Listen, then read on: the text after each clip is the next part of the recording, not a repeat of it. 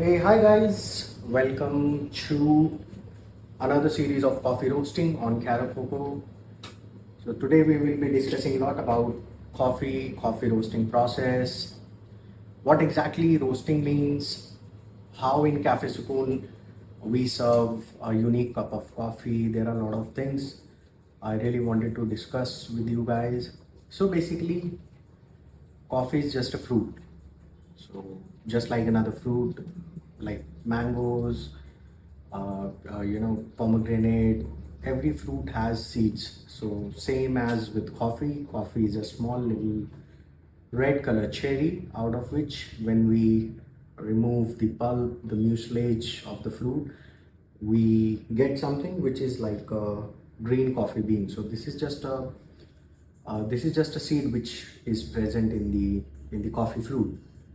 So, where that coffee uh, is grown, at what altitude, which soil, which minerals, how those coffees are grown, climate, everything impacts a lot in green coffee. So, if a coffee is grown on an altitude of 1200, 1400, 1600, this plays a vital role. So this is how coffee tastes different. So this is known as you can say, uh, difference in the origin. So have you might have heard single origin coffee, Malabar, Barbara, Karadikan. So these are all these states where coffee are grown. So those farmers, they are working hard from decades to grow plant. So by the way, it takes a lot of time to grow a coffee plant, almost approximately about 10 years for a coffee plant to grow. So the names which are like Barbara State, Kararikan State, Togari Unkal, these are all the farms which we talk about. So me as a coffee roaster, and I'm very passionate about coffee. So we used to go to these farms and see how the coffees are grown, what are the process of growing the coffee. So now the harvesting season is there, so I'll be visiting to a lot of coffee farms in the month of December. So we'll buy green beans from the farmers. We do a direct trade, and then we bring those beans over here in house and then roast our coffee on this coffee roaster. So it totally depends on specialty coffee. There is a big difference between a specialty coffee and a commercial coffee. So this is why specialty coffee is very unique in flavor. The reason is because the way the plants are grown, the way the fruits are handpicked by the locals, and then the way it is processed, it all impacts the taste in the cup. So the final cup which you guys are tasting with the milk or as an americano or an iced latte, it totally depends from the farm to the roasting, and from the roasting to the right type of brewing. So that is why this is known as a specialty coffee, because it takes a lot of hard work, a lot of processes are involved in this. It needs skilled roasters, skilled barista, skilled Q graders to cup your coffee and to deliver you a final cup, which you guys enjoy while having conversation with other people. So this is how coffee tastes different. So this is how the green beans are.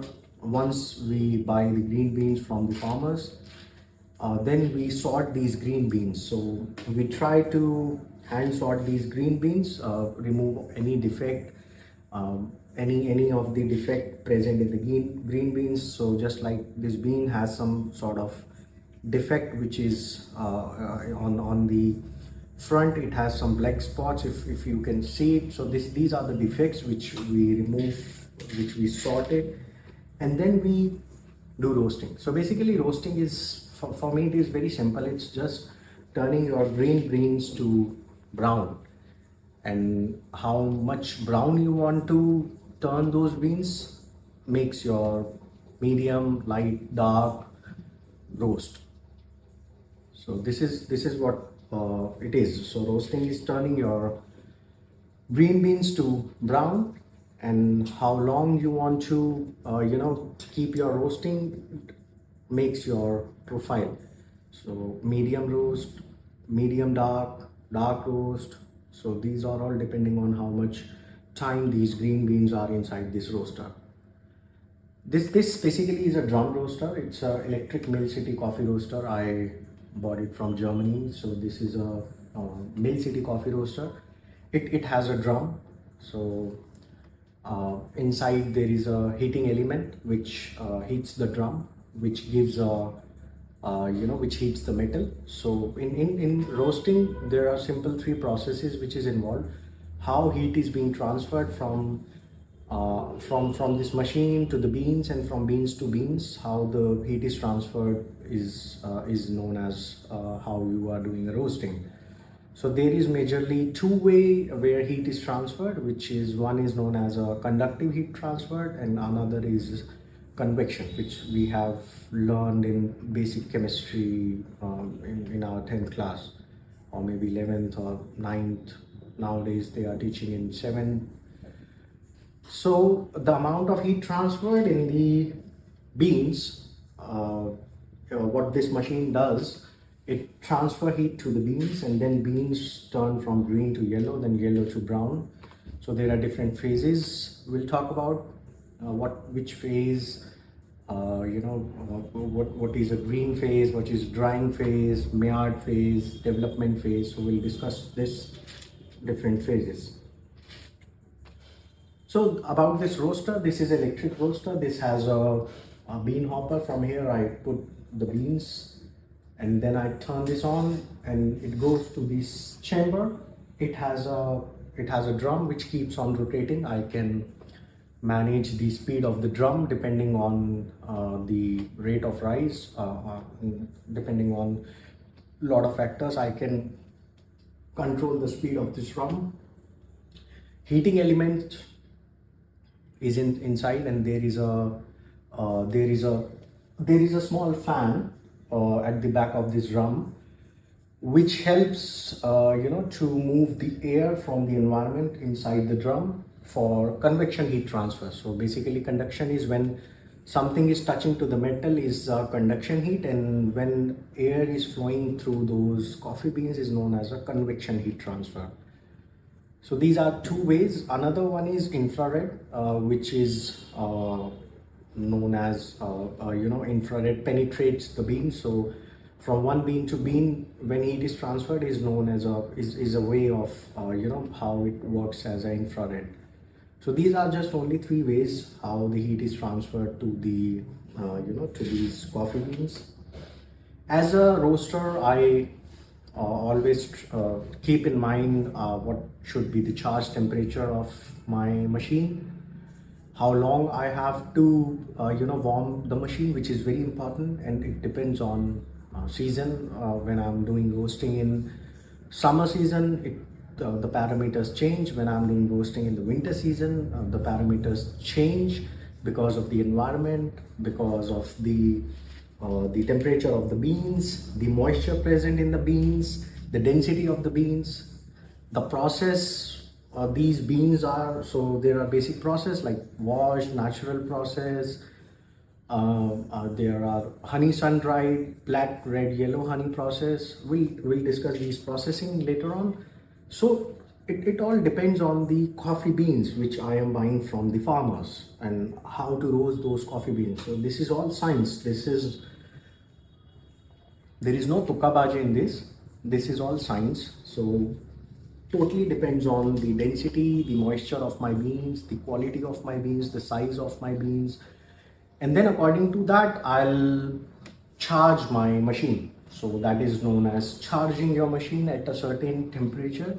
So when the beans goes so this is how it works. So these are the green beans. I put it in this hopper, and then I charge my machine, and then these goes into the drum where we have a rotating drum, which I can control the speed of this drum. Then it start there is a it start a process which is known as it start acquiring the heat from the energy this machine has. So the energy this machine has, we recognize this energy as a environmental temperature.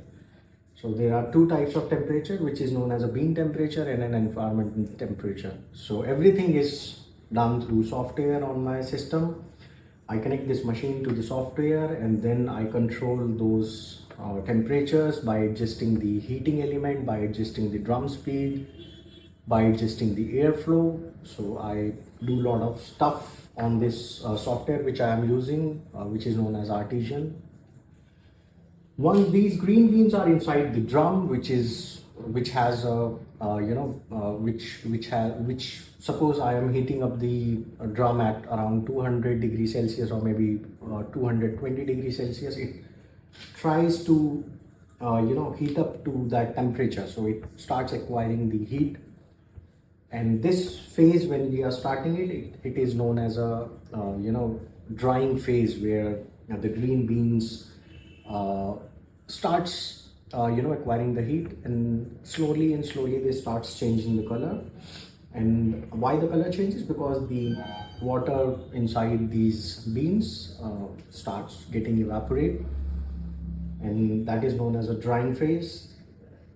And once the drying phase is over, the beans comes into a second phase, which is known as a Maillard phase, where all the chemical reactions happen. Proteins, aminos break down because of heat. There are a lot of chemical processes going on. That is known as a Maillard reaction.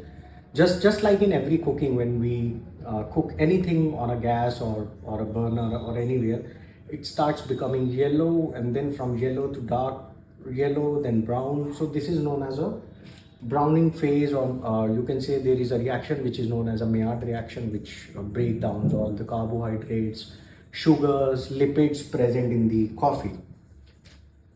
After once, then we come to a first crack. So a lot of you guys have heard when there is a popping sound, just like a popcorn.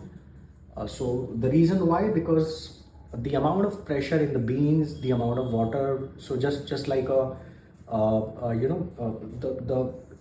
amount of vapors try to come out of the beans, so there is a small crack. So the inside of the beans there is so much pressure that they want to come out of the bean, and then that is known as a first crack, because all the pressure tends to release and it cracks the bean. That is known as a first crack. So when you are roasting, you have heard that popping sound which is coming out of the beans. So once that is started coming, my coffee beans gets into a third phase, which is known as a development phase. So this phase is very important for me, because this phase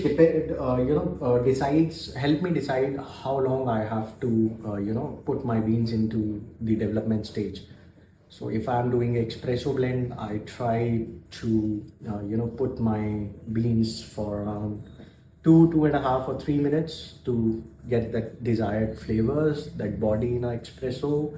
Or if suppose I am doing a light roast coffee or a medium roast coffee, then I try to stretch it till 1.5 minute or 2 minutes maximum, and then I